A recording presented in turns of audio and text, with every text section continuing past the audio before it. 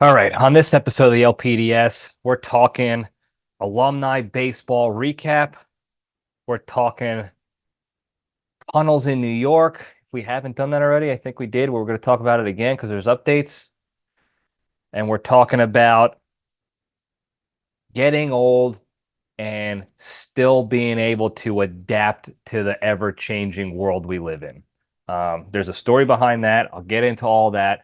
We got a good Cage fact. All that's coming up right now.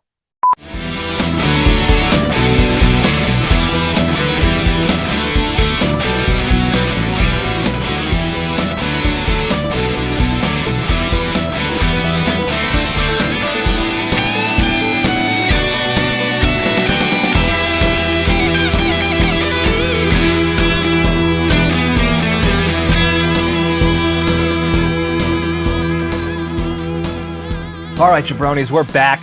Welcome back to the Libretti Podcast Diary Show. I'm your host, Libretti. It's the show that talks about nothing and finds the lessons in everything, and we try to have a good time doing it, sharing a few laughs, and that's that. So hope everybody had a good week. Mine was a little bit hectic. By the time you're listening to this, I will be back in Texas. Okay? We're going to get into that a little bit in the junction, but basically, this is the last show we're doing for the time being here at the Libretti Nut House in the dungeon basement that I've been in for the past several months. We'll be back in Texas by the time by the time this gets out there. I'll be on the road and back there, and then the next episodes will be back at the LPDS Ranch over in Texas at the compound there.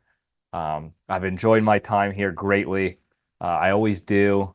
It gets dicey, being an adult living back with your parents, especially stereotypical New Jersey Italian American parents.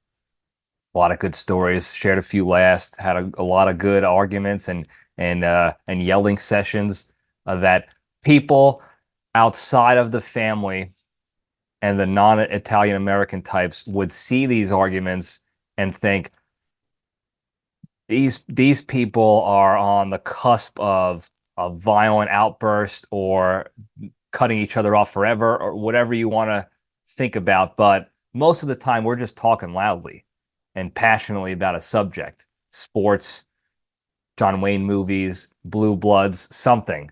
And we're not even fighting. We're just yelling for no reason. So I'm going to miss that. It will be nice and quiet, a good break from all that back down in Texas, but I'll be making that drive down.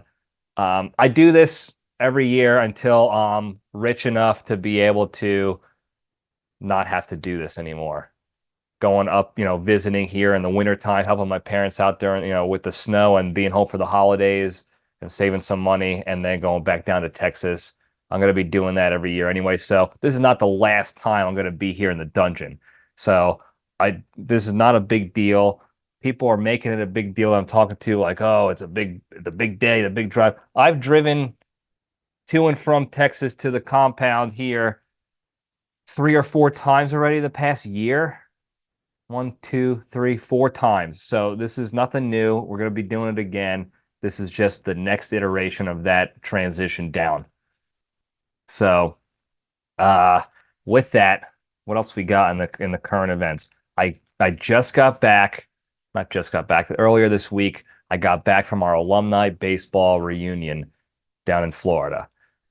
If you listened or tuned into last week's episode, I talked about it with the Wet Cat Phil Remy. We did a little pre-alumni reunion kind of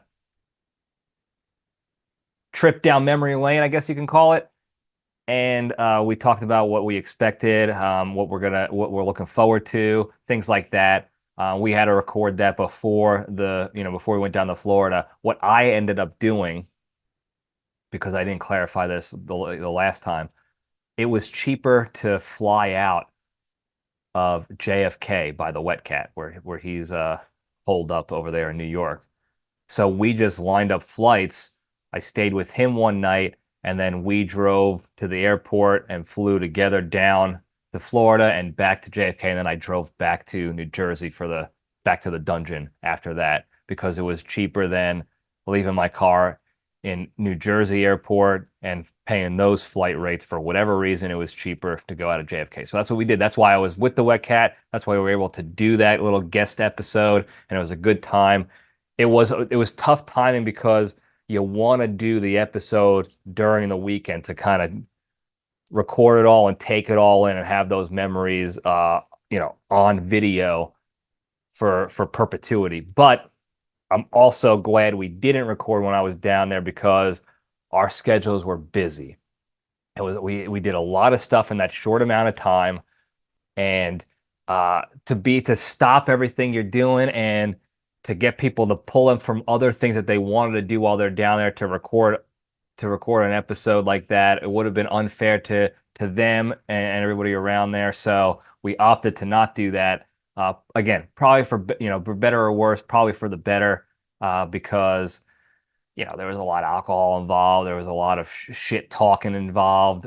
There was a lot of stuff that I'm sure people would have talked about and felt comfortable at the time, and then later on been like, hey, cut that. Don't want anyone knowing about that. We didn't want to do any of that stuff, so we didn't.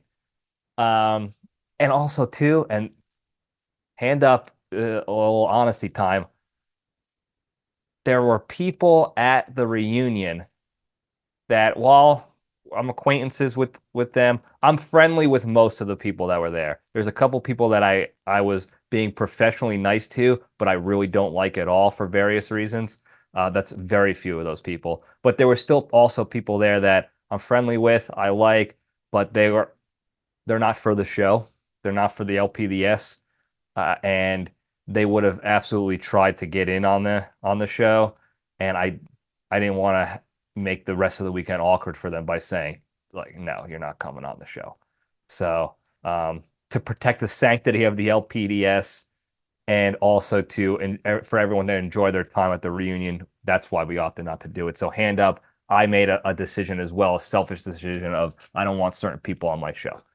And listen, you don't have to like that, but when you have your own show, you get to make those decisions. So maybe that's why the show's not that popular.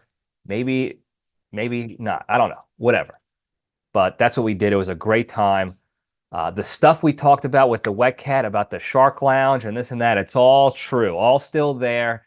We went down there, and the Shark Lounge building is gone, and it's just a patch of grass on the corner of the Beach Street, A1A, and then not Clyde Morris, International Speedway Avenue.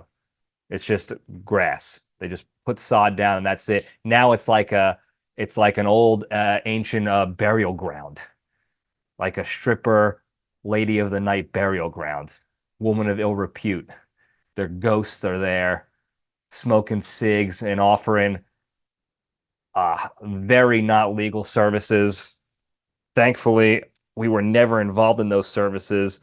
Thankfully, because who knows what's happening to those people who are all involved in that stuff. Anyway, it was fun to drive by that. You can feel it. It got cold when you drove by there.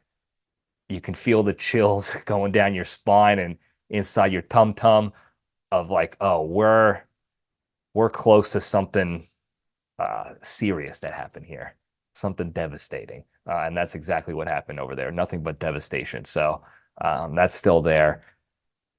I got a chance to talk to some of the guys on the baseball team on the leadership side, of the spearhead leadership side. So it was a great opportunity to talk to some of the senior level ball players, current players, captain level kind of guys, and kind of have a good leadership style conversation with them to find out what their goals were, to try to help them out with that a little bit, and to shoot the shit and kind of build a relationship with those guys. So that was fun. I'm kicking myself a little bit because I've been talking to our coach about this for a while now to try to make this happen. And then it kind of fell off for certain reasons that it should have fallen off as a priority for those reasons.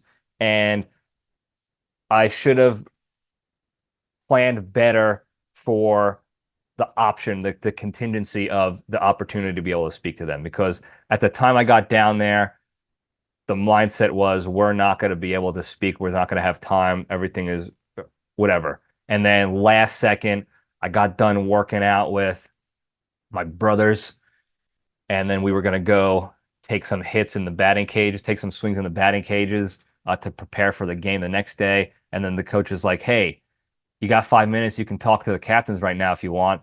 And I was like, "Yeah, absolutely." And I would have liked more time. I would have liked a little bit more structure. We only had about 20 minutes to talk before they had to go to practice. But I think it was a good enough chance to get in the foot in the door to hopefully keep that relationship going, to hopefully help them out, because that's what I want to do. I want to help those guys out. I would love to see the team succeed. It's the odds are against them with the way, the league is set up in Division II, and the recruitment restrictions and the practice restrictions and the school that they're at and all this other stuff. They got a lot of hurdles to get through to be successful again. And they generally are working to get through it. So I'm excited to see that happen. I want to see them succeed, and hopefully I can help out a little bit. But again, excuse me, I'd say 90% of the blame for it not being a better discussion was on me, and 10% was on the coaches, because I got to give them a little blame, because I was trying to schedule with them, and they're the ones who can make the schedule happen. And I didn't do my part in sort of, politely forcing the issue or influencing a better situation. Regardless, we got it done. And, chalk it up as like the first official spearhead leadership engagement with outside people. So that was cool. It was a cool opportunity. And it was the day before the game, because during the alumni game is not the time you want to have serious conversations with anybody. Because, that game was very fun. There was drinking involved. There was shit talking involved. There was shenanigans, nonsensory, a lot of stuff going on that you're not having a serious conversation and thinking you're going to get anything out of it. But it was a really fun time to get out there. I had nothing but my glove. I had no uniform, no cleats.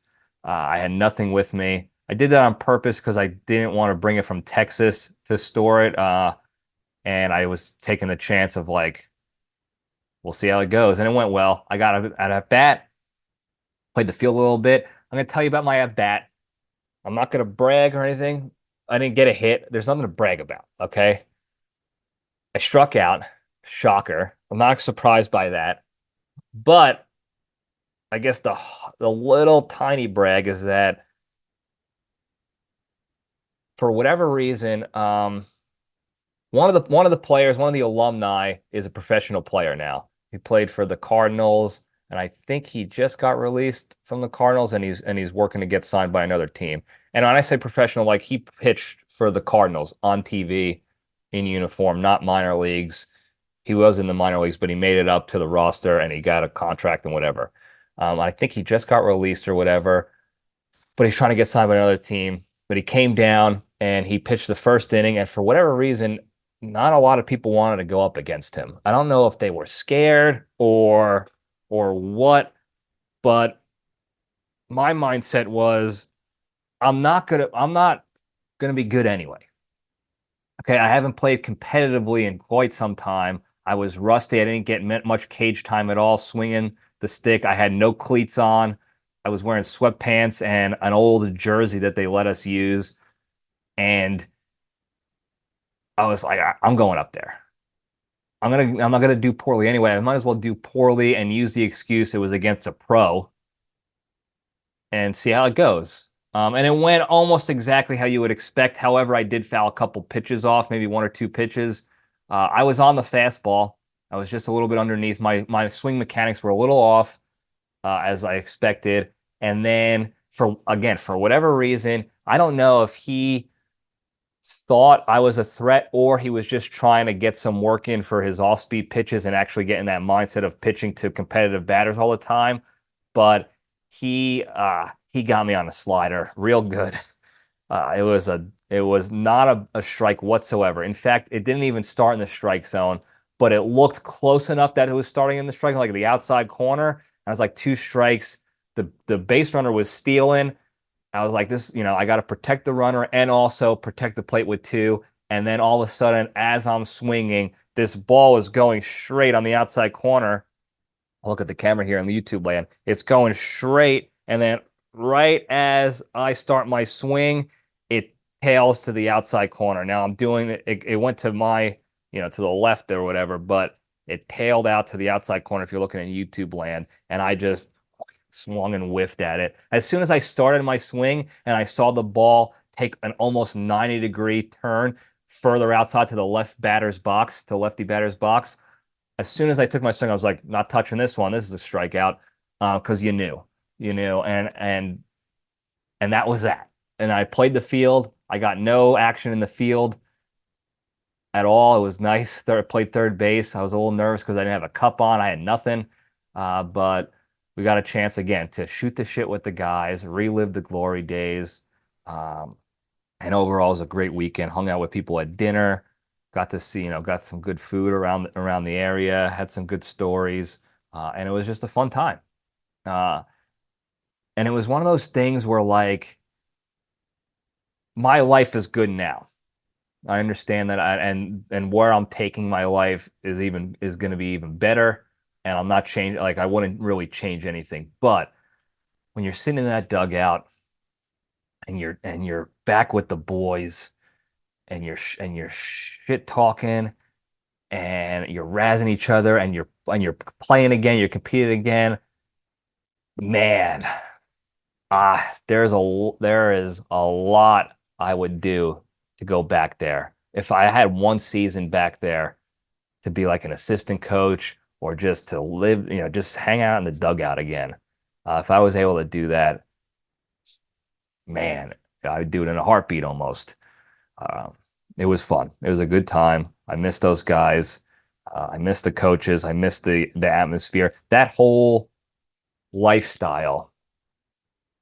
While I tried as much as I could to enjoy it and not take it for granted at the time, you still always look back and be like, man, you had it good. And if I can do it all again, I'd do it in a heartbeat. It was just easy living. Go to class. I didn't care about class. I'd hated class, so I wasn't focused on it. I was focused on passing my classes and getting to the field.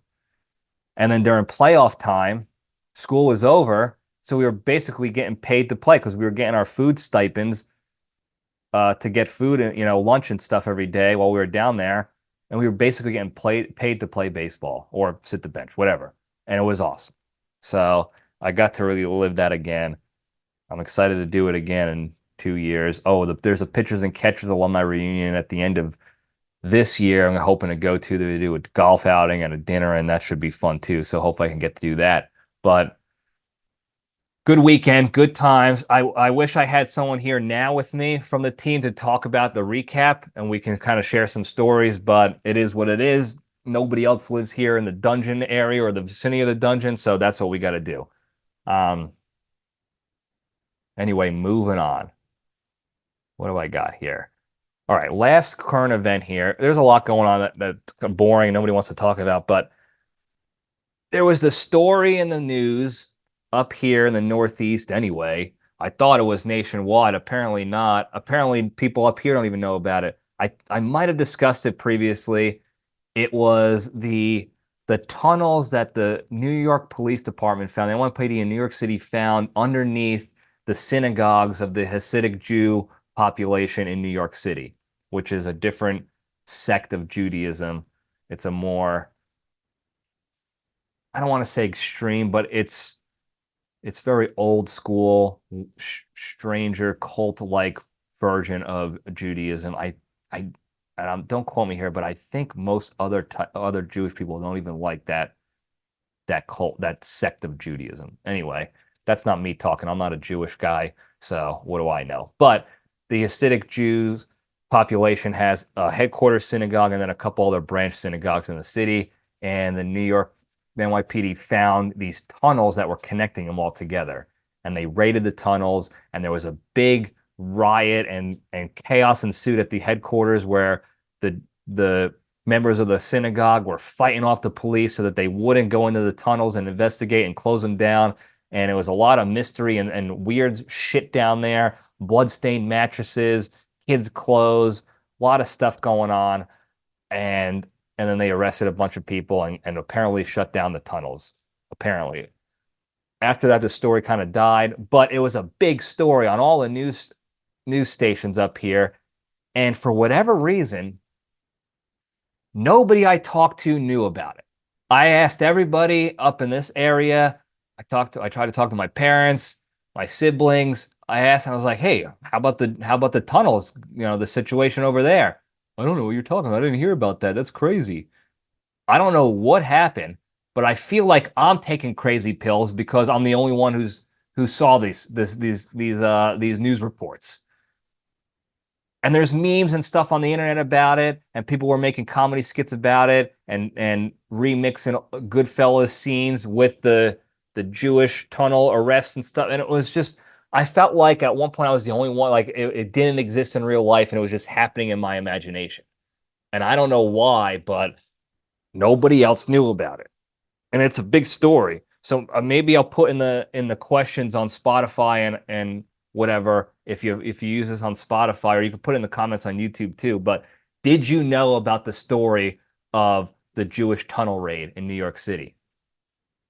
Yes or no? Put it in the comments and let me know. I can't imagine I'm the only. I mean, I know other people heard about this. I saw it on the internet as well, on social media. People were posting about it. So I can't be the only one unless it's all in my imagination. I don't know. But it was just crazy to me that everybody I talked to about it and asked about it, and they're like, "No, I wasn't tracking it. That's wild. How did you hear about that?" I was like, "It's everywhere." And apparently not.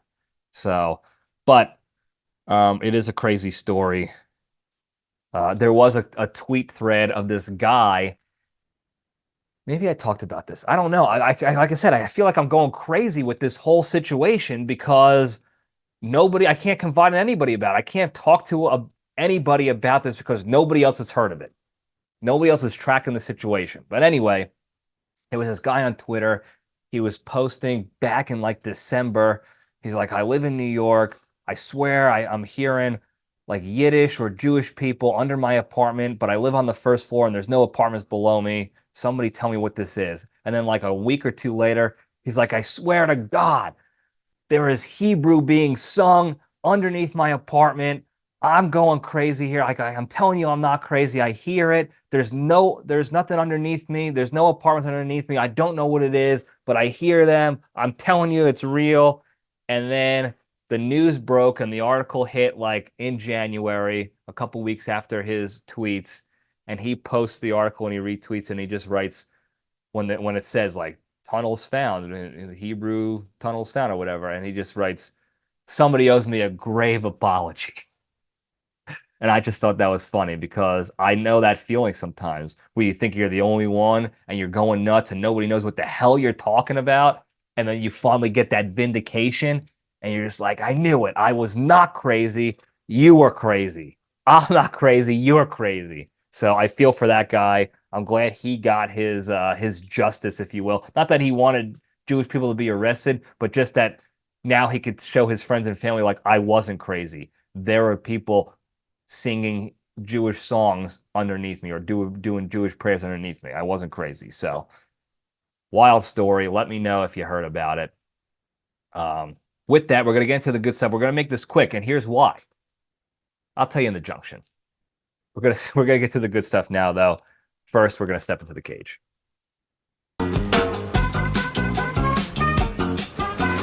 Okay, let's run. All right, today's Into the Cage segment is proudly sponsored by procrastination. Do you have a list of things you need to get done and you just don't feel like doing any of them for some reason? Then get yourself some procrastination. Hello. By procrastinating, you don't have to worry about any of the crap on that list until the absolute last minute before they need to get done. To do this, simply take your list, put it in the corner of the room, then right before everything actually does need to get complete, grab the list, half-ass everything on it, and you'll be done in minutes with only half the stress and effort needed than you did if you did the adult thing and got your shit done earlier. So to get procrastinating today, just sit there and take no action. And if you use the promo code, I'll get to it, you get 29% off your last minute efforts. I'm procrastinating. Okay, I'm recording this episode and I should be packing and prepping to drive out the next day, but I'm procrastinating and I don't feel like doing it. And I know that it's only going to take me now 10 minutes to pack because I'm going to be rushing through it and I'm probably going to forget something important, but I do have a list. We'll see how it goes. Okay. So Cage fact. We all know that he had a short marriage with Lisa Marie Presley, Elvis Presley's daughter. They linked up they met in like 2001, 2002 timeframe at a party. She was engaged. He was married to Patricia Arquette at the time. Literally like an hour after they both ended their engagements and marriages, they linked up and started dating. They dated for 2 years, got married for 107 days, got divorced. During that time, they had a couple of not violent, but aggressive spats, verbal altercations with each other, arguing back and forth, very Italian, dramatic Hollywood kind of thing to do. And one of them was an argument they had on a boat when they were engaged. And during that argument, Lisa Marie Presley took her engagement ring off and threw it off the boat into the water. I don't remember where it was, but tossed it. Now, Nicolas Cage responded by hiring a search team, helicopters, hired divers to go down in there to locate the ring, to no avail, by the way. The reason for this is not because he wanted to give it back to her. The reason for this was because the ring was $65,000. It was a diamond ring, I think a 6-carat diamond ring. Probably got some gold in it, probably had some sort of like vampire blood or something in there as well. $65,000. She tossed that overboard. He lost his mind and he just saw $65K right out the window. Money he could have very well used to pay off his tax situation, debts and what have yous. So he hired a dive team to go down and look for the damn thing. Now we're talking a ring for your finger, no bigger than this, right here in YouTube land. Probably even smaller. In open water. Down to the bottom. And he's like, get your asses down there and find that damn thing. And they didn't. And I don't know what happened to those divers. Hopefully they're okay. But they failed the mission and the ring is gone. I don't even remember where it was tossed out. But if I find out, I'll let you know. And if you're feeling sporty, you want to get down there and find $65,000. It'll probably be worth more now. If you think about it, it'll probably be worth more. You get that bitch cleaned up. You take it over to a real reputable pawn shop in your local area. And you tell them this is the engagement ring that Nic Cage gave to Elvis Presley's daughter.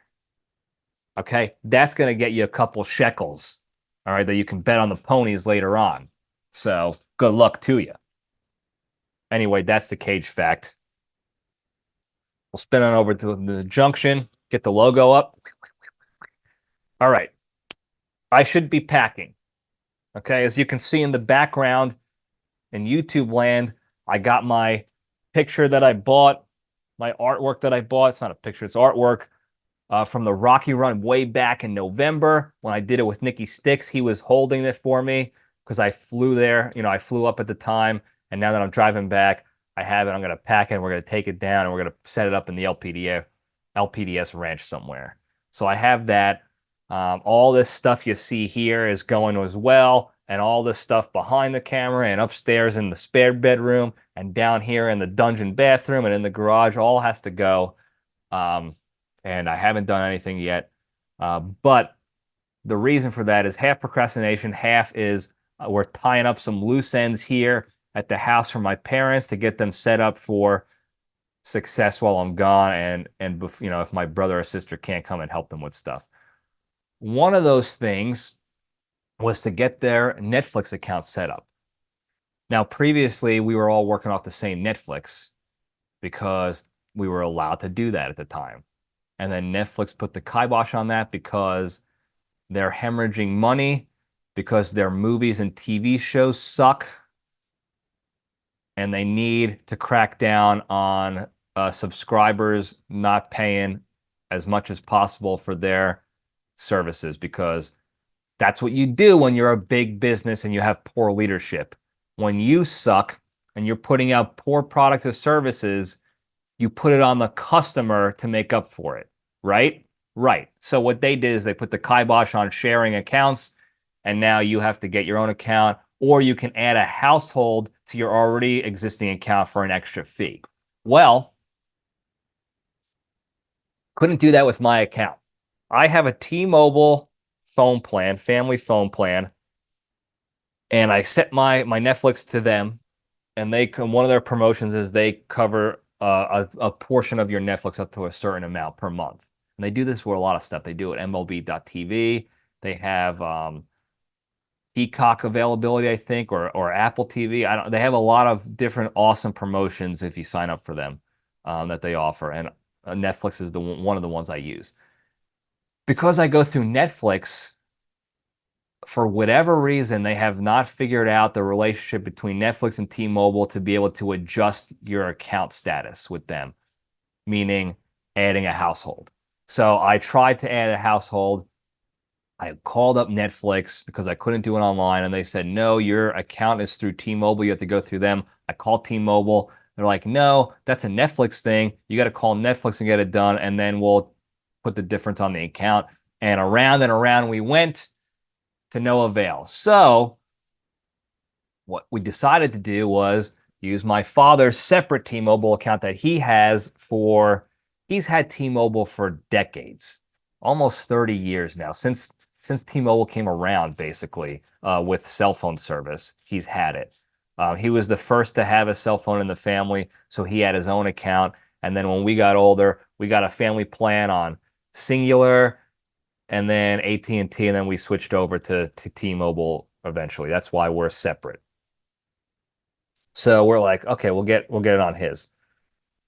Well, after days of calling and getting different answers from different people, we eventually find out that Netflix you're not eligible for Netflix because he only has one line on that phone service, that contract. So if he adds another line, he's eligible for Netflix. Otherwise, we have to get a separate Netflix account, just pay it that way through Netflix. But T-Mobile did offer to pay the first 6 months of that bill for us because my dad has been such a loyal customer with them. So we tried to do that. Now, follow me here, folks, because this story has a lesson and a question for everybody as well. Trying to get to the bottom of the T-Mobile account situation took us about an hour and a half. I called from my father's phone on speaker, and that was probably the biggest mistake I made that entire evening, because it could have probably taken 10 minutes, maybe 20 minutes to get it all figured out, but I had the boardroom with me, the Libretti boardroom with me. Not to mention the fact that every time I needed to do something on my father's phone, like download the T-Mobile app, get an account set up, whatever, I needed his credentials to get in there. His passcode, his iCloud password, set up the account, all this and that.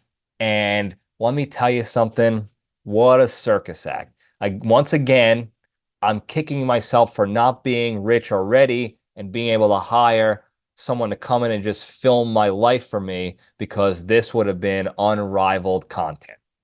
Okay?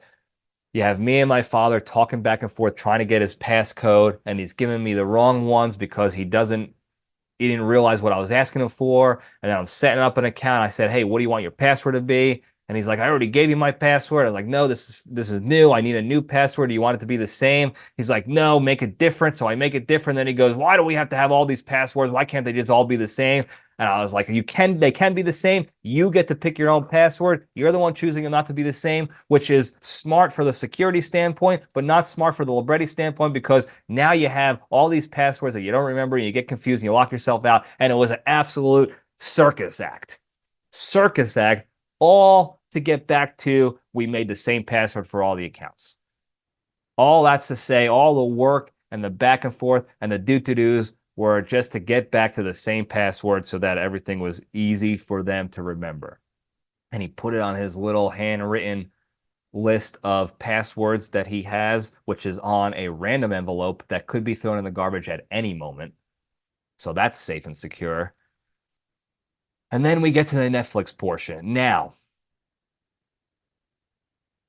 my mother is going to pay the Netflix because we're going to pay her. Like, we'll give her money. My brother's going to be a household added so that he can get the Netflix without having to get his own. And he's going to give my mom the money and she's going to pay the Netflix account. That's how we usually do stuff. One of us will take on the account ownership, and then everybody else will just like Venmo or send money monthly to to that person to cover the cost, because it's, usually it's cheaper to bundle and do this and that. That's what we do. So my mom is going to run the account and Nikki Sticks is going to pay for his end, and my father doesn't have to worry about any of this stuff.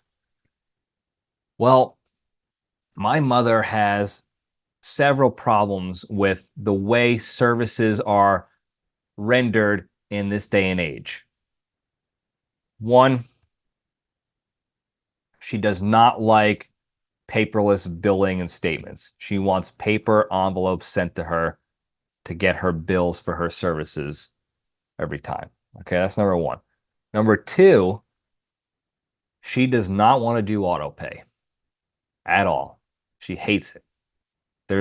There is, I think, one thing currently on auto pay, and she reminds me every month when she gets the notice that it's going to be withdrawn how much she hates auto pay.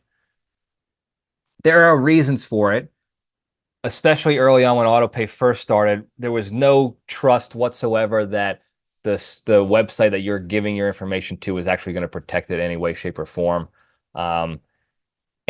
And a lot, again, earlier on, you weren't able to provide like a credit card to do auto pay. It had to be like your bank account information.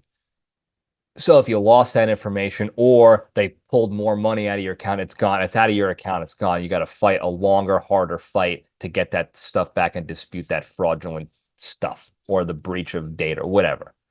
On a credit card, at least, if they pull any shenanigans or they steal your information, you cut the card, you put in, you submit the fraud case, and it's good to go. It's pretty easy, and it doesn't siphon out of your account, out of your bank account. It's a lot better. So that's one reason why she doesn't do it. Also, my mother has been in an ongoing battle, an ongoing war with the internets and technology since the inception of internets and technology into the home. Okay, now the internet's been around for a while. Okay, the military and the government has used it since like the 60s, 50s, 60s time. But in the home, in the Libretti household, we're talking 90s up to the 2000s. So she's been fighting the battles. Okay, no paperless, no auto pay. She hates Amazon because that guy Bezos is taking over the world and he's the only one, and I hate Amazon. She still uses it, hates Amazon, whatever. Everything has to be paper. She gets her paycheck not direct deposited to her, but in an actual check so that she can cash it or withdraw the money so that she can have the cash, and then she will dole out cash to people who need it as such. But she wants no direct deposit. She doesn't like the banks. She doesn't like any of that stuff. Anything that requires any sort of technology whatsoever, hates it. Everything on her phone, hates it. She hates the fact that there is an app to store your photos on so that it's not taking up space on your phone in your photo gallery, that my brother-in-law set up for her so that he can share photos of the kids and then she can access it. It's basically Google Drive. It's basically an iCloud drive for photos. I don't know what company he went with. I don't know if it's Shutterfly or whatever. It's probably just Google Drive that he just posted pictures to. And she hates the stupid thing. It's always doing updates and it's slow and I hate it. And I don't understand what the problem is and this and that. So when she found out that Netflix is not only paperless, it does not accept payment up front for a year. Like I want to pay for a year up front, and they do not accept monthly payments. It has to be set on auto pay. That's the only way. And I even indulged her by calling up Netflix themselves and asking. Meanwhile, while I'm calling up every customer service agent, whether it's T-Mobile or Netflix, the first thing you hear from the war room, the boardroom I got with me is, Crazy Carol, make sure you get their customer, their employee ID in case things go south and we need to report them when we file our complaints. Now, this was funny for a couple of reasons. One, who's filing complaints? Crazy Carol is. I file complaints when shit actually goes south and I'm trying to get a free grill out of it. Like the whole Lowe's situation, part 1 and 2. Go check that out from a couple of years ago. When customer service is so poor, I am ready to fight to the death in that regard. But what I don't like to do is I don't like to start the conversation going to the mattresses. All right. Unfortunately, my mother is a little bit different. I think because she's had such bad experiences, it's almost like she now manifests bad customer service experiences because she gets it in her head that the person I'm about to talk to is going to be a problem. And because of that, I will just rain down verbal blows upon them until I get what I want. And there's going to be a fight every time I get on the phone with customer service. And when you think that way, when you're looking for something, you're going to find that something when it comes to stuff like this, okay? When you expect a negative conversation, you're probably most likely going to get it. But I try to switch that mindset and come with a more open mind to see if it can work. But I quickly take the side of my mother. If as soon as things go south, I'm ready to pounce, especially if it involves a customer service representative who's lazy and not willing to do what they're getting paid to do at the bare minimum, and they're also being maybe rude or disrespectful about it, then I have no patience for that. Otherwise, I try to have as much patience and empathy as possible, but I'm a human being, so shit happens. Regardless, my mother wanted to make sure that we were armed with their employee IDs as soon as we got on. And of course, I was on speaker because I needed them to hear the conversation. So if they asked for questions like, what's the last four of your social? My mom or my father can give me that information because I was speaking on their behalf for them. So that's why I had it on speaker. Again, mistake on my part, rookie mistake on my part, because I get on the phone and he's like, hi, this is Sandeep from Netflix. How can I help you? Make sure you get his employee ID because when he tries to screw us over, we want to make sure we have his information so he can't dodge us. And of course, Sandeep hears that. So now I got to talk Sandeep off the ledge. I got to talk my mother off the ledge to make sure they're not going to fight over speakerphone without even actually talking to each other. And I'm not going to be the middleman fighting on both of their behalves here. So I was like, listen, Sandeep, I don't know what you heard. Forget about it. This is what I need. And then I said, can you hold on 1 second? And I had to go to them. I was like, listen to me. I know you have trauma. You got PTSD from all the fights you have with customer service and bad patients that you dealt with at work and all this other stuff. But I need you to cool it. Okay? I need you to cool it and let me fight in the trenches for you now. Okay? I'm here in the trenches. This is why I'm up here in the wintertime to fight the fights for you. And I'm very good at this in a quality, professional manner to not only get what I want and what we need, but to not burn down the bridge with the customer service representatives for the most part. Now, Lowe's is a different story because I gave them chance after chance after chance after opportunity after opportunity after opportunity to fix what they did, and they just continued and continued to let me down time and time again. And when you're in trench warfare like that, and you're giving the enemy the opportunity to raise the white flag, and they refuse, at some point, the only thing to do is to go nuclear on them. Okay? And that's what I did with Lowe's. We got a free grill out of it. I imagine my name is on some sort of red yarn hit list, lipstick hit list in Lowe's. Like, this guy is a problem. This guy is public enemy number one of Lowe's in the customer service department. Don't deal with him. And I'm fine with that one. Trust me, I'm fine with that one. I knew during that war, that battle, I was winning. I was winning that war. Okay. So if they want to, lick their wounds and get me and try to seek revenge on me or put me on some list where I don't service this guy anymore. Okay, cool. I got what I needed from you guys. I got a grill after you tried to fuck us over by giving us a used greasy grill that you and your lazy, stupid bastard employees use in the back warehouse. Sorry, Terrence, family show. Damn, I just realized I dropped an F-bomb. After they did that and pulled that shit, tried to pull the wool over my eyes, that was it. We're going nuclear. We were stepping on their throats. But I don't usually like to do that. I usually like to maintain the relationship so that we can continue working together amicably. And that's what we ended up doing here. But my mother lost it when she found out about the Netflix being auto pay only and no pay ahead. And at one time she was like, cancel it. Don't sign up for this crap. I hate this. They're going to have my information and they're going to steal my money. And I'm tired of them stealing my money through tech and the internet, and I'm not doing it. So once again, I had to go into negotiation mode. I had to cool her off from the PTSD that she has from her traumas in the trenches of customer service warfare and talked her off the ledge and got it to the point where, like, give me your credit card. Okay, I'll set a reminder on your phone that automatically pops. So you don't have to do anything but read it and says, at this month, we're going to take whatever, $15, $20 out of your account for Netflix.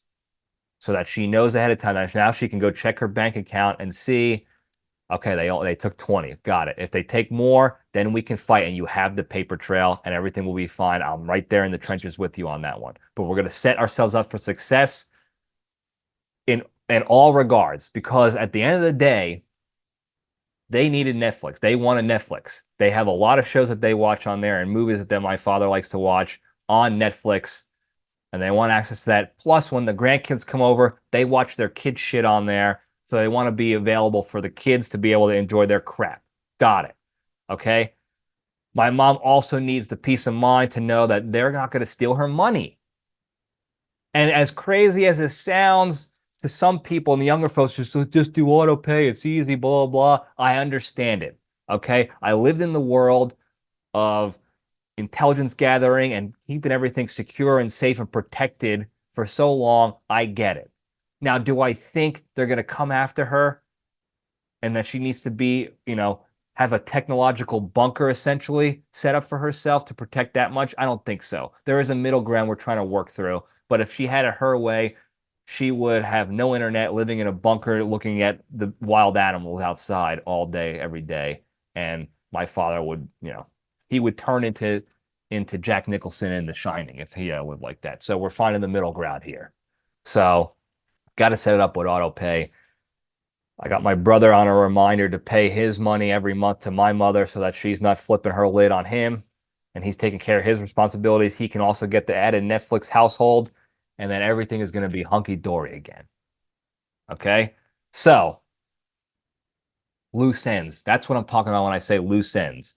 Things I had to do to help my parents set them up for success. Now, my question is, in the heat of the moment, okay, in that whole ordeal, in my head, I was like, look at these two old bastards just refusing to do something as simple as writing, figuring out a password or setting up an auto pay for something. And again, in the heat of the moment, there was a lot of stupid reasons that were being thrown out there why they don't like them. Again, we got to the bottom of the real reasons and the actual logical reasons why, which made more sense, absolutely. But in the heat of it, when you're in battle and the fight or flight comes on and you're just lobbing verbal grenades out there, a lot of it didn't make sense. Okay, your fog of war. Okay, you got the ringing in your ears. Guys are picking up their customer service arms to your left and right, and you're just throwing out there to defend yourself, throwing out excuses and reasons and all this other stuff. We cooled the team down and got the real reasons, and that all made sense. But in that moment, I was just getting so frustrated with like, look, these guys, adapt or die. My mindset has always been adapt or die.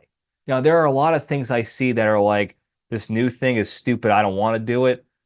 But I try to take a look into it to see like, oh, this will make sense if I do it, or this doesn't make sense. I'm not going to do it. And you figure it out. But I was getting very internally frustrated and angry with this whole thing of this refusal to do anything with technology. I want nothing to do. I hate technology. It's out to get you, this and that. And I just don't know who hurt them to the point that they're like this. Especially since when I was a younger kid, you know, my dad, he bought us a computer. He's the one who set us up with internet and got us hooked up to modems and showed us how to use this stuff and hooked printers up. And he was all on board with it. He had the car phone in the suitcase that you brought in, and it was like he was on top of that crap. He had an email address, everything. And then all of a sudden, Kaputski. And we've talked about stories, multiple stories on this show of trying to get them set up with apps on their phone, hooking up their printers now, and all this other stuff. And this is not a rant to make fun of my parents who are old and out of touch, so to speak. My question is, this lesson in question is, what can we do now at our age, the younger demographic, to be able to ease into our older years when it comes to adapting to new technology without getting angry and crazy about it?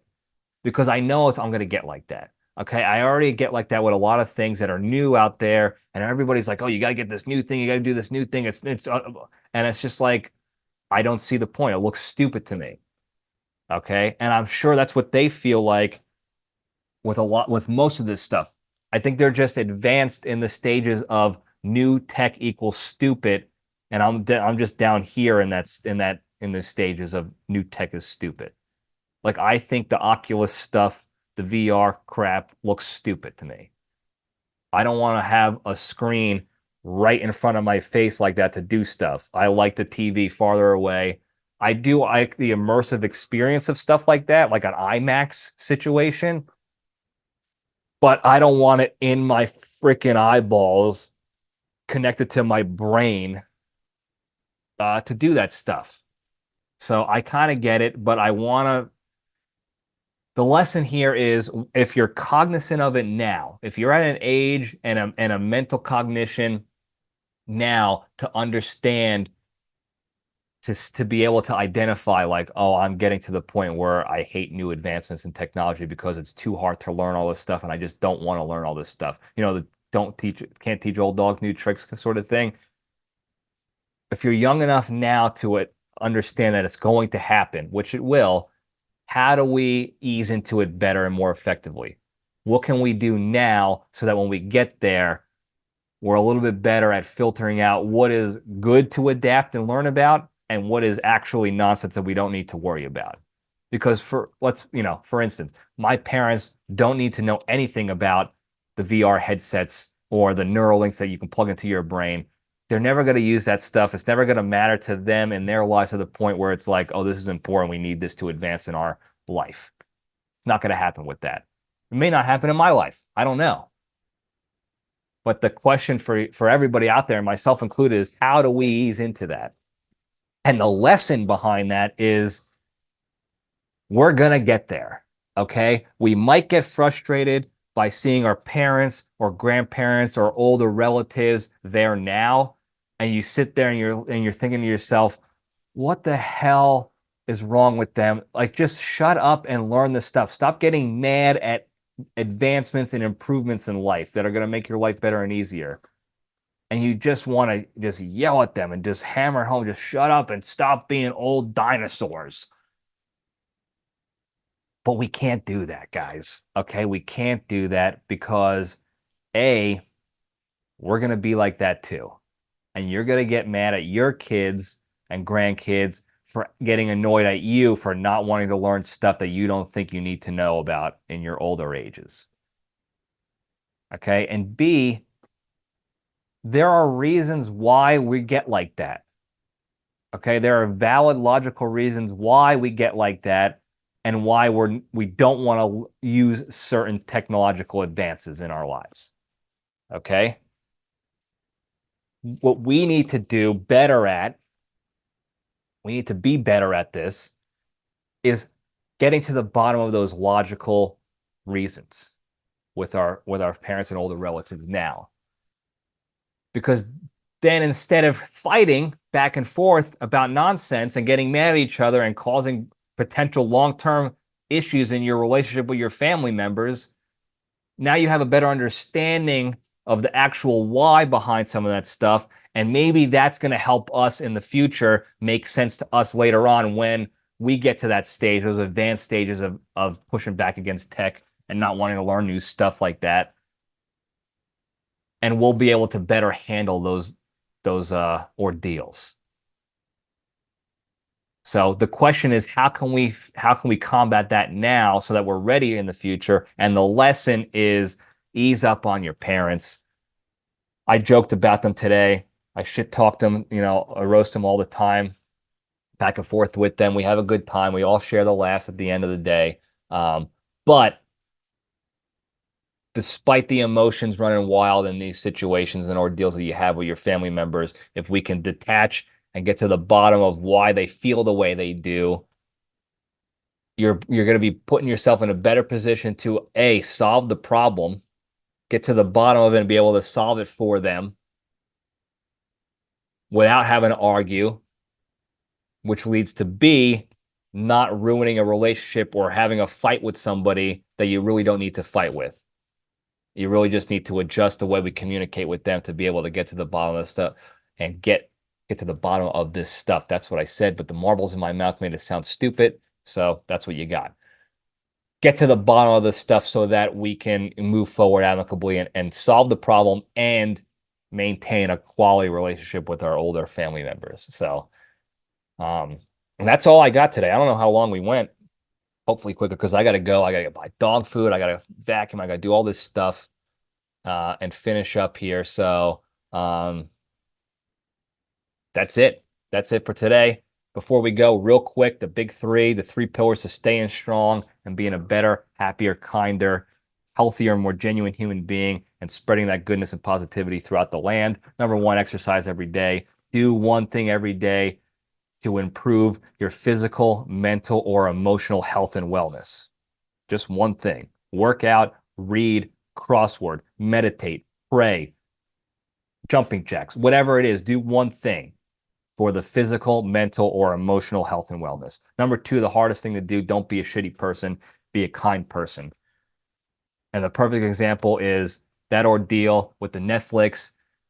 In the moment you're getting angry, you want to take shots at your even your family members in the moment of just you're frustrated with them and you just want to shut up, you old bastards, and this and that. When you're in those situations, okay, instead of responding or reacting to your negative emotions, take the LPDS step back, detach from your emotions there, and just omit yourself from the situation. Okay? And just by doing that, you're removing the negativity, you're minimizing the negativity going on in that situation and the world around you, and you're giving yourself the capacity and the ability to go focus on more positive, productive things in your lives. Okay? It's tough to do, though. All right? I preach about it. I preach about all the big 3. We'll finish the big 3 real quick, and then I'll talk about that. Number 3, the most important one, be genuinely thankful and grateful for all the good you have in your lives. And you can just start this whole thing out if you haven't done this lately, is just think about one thing. Take 10 seconds out of your life to actively sit there and think about one good thing in your life, and then think about what your life would be like without that thing and how shitty it might be without it. And that puts you in a state of gratitude as opposed to a state of taking things for granted. Okay. Now, I preach the big three all the time on this show at Spearhead Leadership with my friends and family constantly during good times. Okay. Because during good times, it's easy to follow the big three, right? It's easy when you got, it was a good day today. Things were hunky dory. And now I can sit there and I can think about this good day and be grateful for it. And I can easily remove myself from negative situations because I'm having a good day. Things are great. And I can go work out because, again, I'm feeling good. I had the motivation today. Things are good. I preach it for you guys to do it and for myself to do it on those good days, not just because it's easier to do it on those good days, but because you're building your muscle memory up. Okay? You're building this into your brain matter, into your life cycle, into your life schedule, that when you wake up, you're following the big three, and it creates a routine and a discipline within us so that when times do get tough and when shit gets hard and when you don't have motivation and you're feeling down in the dumps and you're feeling negative and you want to be a shitbag to somebody, or you feel like nothing is good in my life and I can't be grateful for anything. During those times, if you build the muscle memory up and follow the big three throughout all the good days and you create that discipline and habit in your life, during the shit times, when you get into that fight or flight mode, that survival instinct mode in your life, you revert back to your muscle memory. You revert back to your training. So if you trained in the good times for the big three, you're going to revert back to your muscle memory, which has got the big three in there. So when times are tough, you're not going to sit there, take things for granted, and be shitty and sulk and not better yourself physically, mentally, emotionally. You're just still going to do that. You're going to be depressed. You're going to be sad. It's going to be tough. You're going to be not motivated. You're going to be feeling angry or pissed off or whatever. But you're like, the big three is part of who I am. And I'm going to follow it because I've created that habit and that life within me already. And that's why I preach about it every episode, all the time, throughout the good times when it's easy to do, because that's when you need to do it the most so that you can utilize it most effectively when you actually need it the most. Okay? That's all I got for today. Thank you guys for listening. By the time this post, I'll be out of the dungeon and in Texas. Maybe I'll do an Instagram lives or something on the road. You won't hear about it until after the fact anyway, so maybe I'll post about it on Instagram. Anyway, thank you guys for tuning in. Don't forget to like and subscribe. Hit the hotline, 202-670-1114. To call in, questions, prank calls, whatever you want, 202-670-1114. Thank you guys again. I love you all. Stay strong.